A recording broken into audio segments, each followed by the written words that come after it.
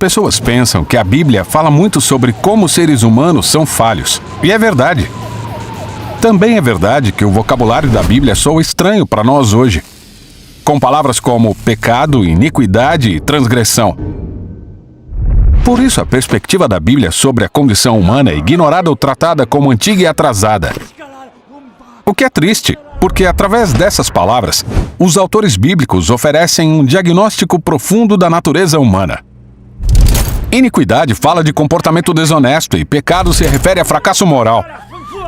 E transgressão é uma palavra fascinante que, com certeza, você não usa em suas conversas. Vamos focar nela por alguns minutos. No Antigo Testamento hebraico, o substantivo é pesha e o verbo é pachá. No Novo Testamento, a palavra grega é paraptoma. Elas são traduzidas como transgressão, às vezes como rebelião e em traduções antigas como ofensa. Elas falam sobre formas como pessoas violam a confiança de outros. Pesha descreve traição no relacionamento. E como há muitos tipos de relacionamentos, muitos comportamentos podem ser pesha. Por exemplo, se duas nações têm um relacionamento, chamamos de tratado. E pachá descreve a quebra desse acordo. Como lemos no livro bíblico de 2 Reis, após a morte do rei Acabe, Moabe fez pachá com Israel. Essa frase é traduzida como Moabe se rebelou contra Israel.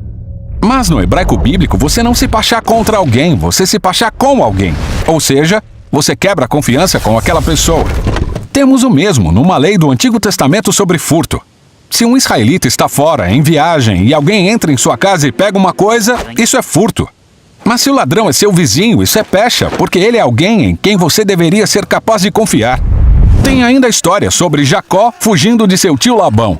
Labão acusa Jacó de roubar estátuas de ídolos. Ele procura entre as coisas de Jacó e não encontra nada. Então Jacó diz: "Qual é a minha pecha? Ou como violei sua confiança?" A ironia é que as estátuas foram roubadas, e pela filha de Labão, que é a esposa de Jacó. Pense na quebra de confiança. Então pecha envolve uma pessoa ou grupo violando um relacionamento de confiança. E essa é uma palavra comum na Bíblia, pois trata da história de uma longa relação corrompida entre Deus e os israelitas. No Monte Sinai, eles concordaram que adorariam só o seu Deus e cuidariam dos pobres, mas não fizeram. Então Deus trouxe profetas para confrontá-los, como Miqueias, que disse: "Eu estou cheio de poder com o Espírito do Senhor, e com justiça e coragem para declarar a Jacó a sua pecha." Ou ainda Amós, ele acusou os israelitas de pecha, por idolatria e por vender os pobres por um par de sandálias. Ele ainda acusou outras nações, como Tiro, que lucrou por capturar cidades inteiras e depois vendê-las como escravos. Ou mesmo os amonitas, que assassinaram inocentes para ampliar fronteiras. Para Amós, todos esses atos são pecha. Eles violam a confiança universal que existe entre os seres humanos que são feitos à imagem de Deus. Ele viu esses líderes ignorarem ou justificarem maus tratos em nome da segurança nacional ou de uma economia mais forte. Para Amós, isso foi traição à humanidade. E faz todo o sentido que os profetas associem pecha a palavras como deslealdade ou falsidade. No Novo Testamento grego, o apóstolo Paulo pinta o retrato dos seres humanos como violadores de confiança e usa a palavra paraptoma. Ele lembra a história de Gênesis sobre Adão, que significa humanidade em hebraico. Na história, a humanidade quebra a confiança com Deus e rouba a autoridade para determinar o bem e o mal como quiser. Paulo chama isso de o paraptoma de Adão, a violação da confiança da humanidade em relação a Deus e ao próximo. Isso leva a uma complicada rede de relacionamentos desleais e corrompidos, causando violência e morte.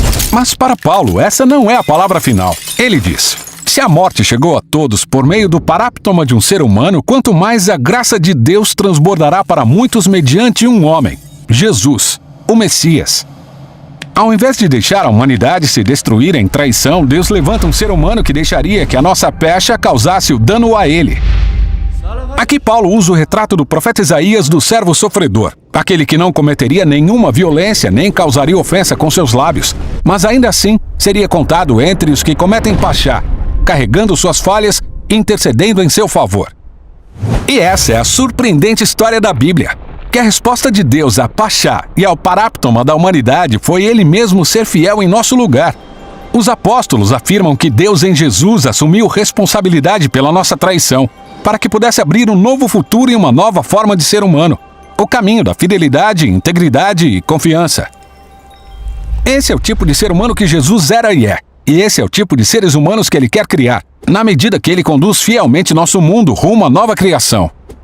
E essa é a fascinante história por trás das palavras bíblicas para transgressão.